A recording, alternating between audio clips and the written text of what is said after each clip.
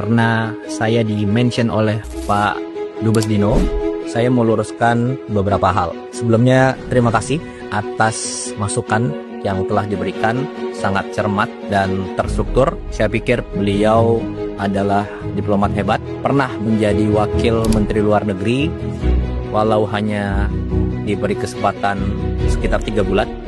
Jadi yang pertama, masalah biaya bila keluar negeri.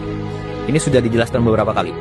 Jadi segala kelebihan biaya yang telah dianggarkan oleh negara itu sepenuhnya ditanggung oleh pribadi Presiden Prabowo. Kemudian yang kedua, jumlah rombongan. Ini sangat penting. Jumlah rombongan Presiden Prabowo itu sudah berkurang besar-besaran, lebih dari separuh dari periode sebelumnya.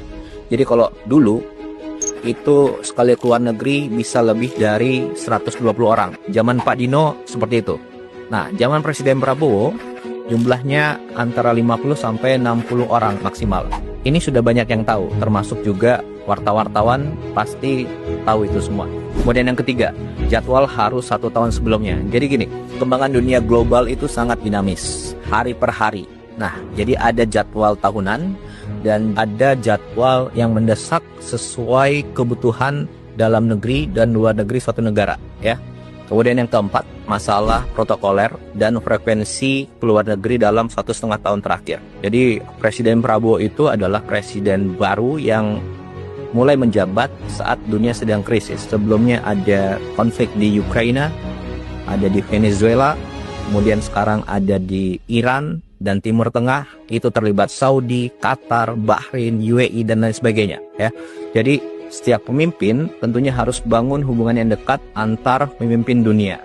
Dan kita tidak bisa hanya mengandalkan saat krisis baru kita minta bantuan. Tidak, kita harus panen hubungan yang baik.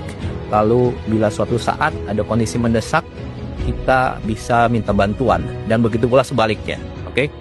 Untuk itu perlu kedekatan pribadi, kedekatan emosional antar pemimpin, baik secara langsung, diliput media, ataupun tertutup. Nah, itulah diplomasi. Jadi salah besar kalau dibilang hanya gagah-gagahan, seremonial. Jadi kita harus lihat apa yang sudah dicapai dalam 1,5 tahun terakhir ini. Yang pertama, Indonesia masuk BRICS. Manfaatnya apa? Ya sekarang ini, di tengah konflik krisis dunia, situasi negara terjamin. Stok BBM aman. Harga BBM subsidi tidak naik. Stok pangan aman. Kemudian yang kedua, tarif 0% di Uni Eropa. Ada 25 negara di situ. Dan ini perjanjian yang sudah diurus belasan tahun yang lalu. Tapi kapan tercapai? Ya zaman Presiden Prabowo, tepatnya tahun 2025 lalu.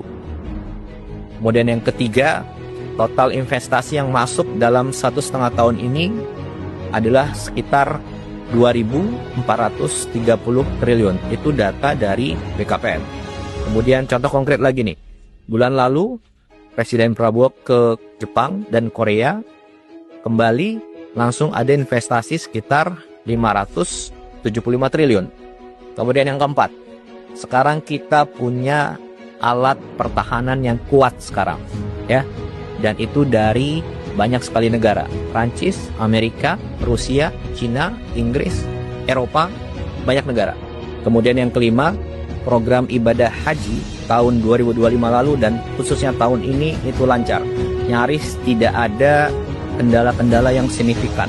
Indonesia adalah negara satu-satunya yang punya perkampungan haji di Arab Saudi. Dan Saudi sendiri mengubah undang-undangnya agar suatu negara mempunyai lahan di situ untuk digunakan oleh jamaah haji.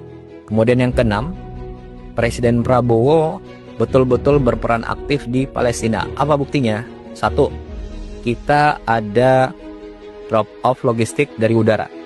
Sudah beberapa kali. Tidak semua negara bisa. Kenapa? Itu harus ada diplomasi dengan negara-negara yang wilayah udaranya dilewati oleh pesawat. Kemudian yang kedua, kita kirim kapal rumah sakit ke Palestina.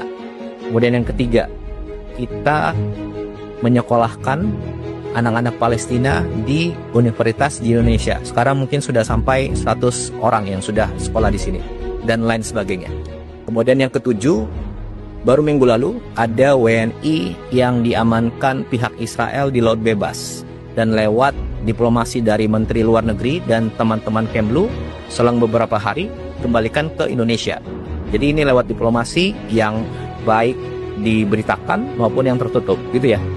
Dan ingat, yang tadi saya sampaikan adalah hasil konkret nyata 1,5 tahun terakhir. Dan semua itu adalah diplomasi yang dilakukan oleh Presiden Prabowo lewat berbagai macam cara, baik yang dipublikasikan maupun tidak dipublikasikan. Karena yang terpenting bagi kami adalah hasil konkretnya. Itu yang kita utamakan.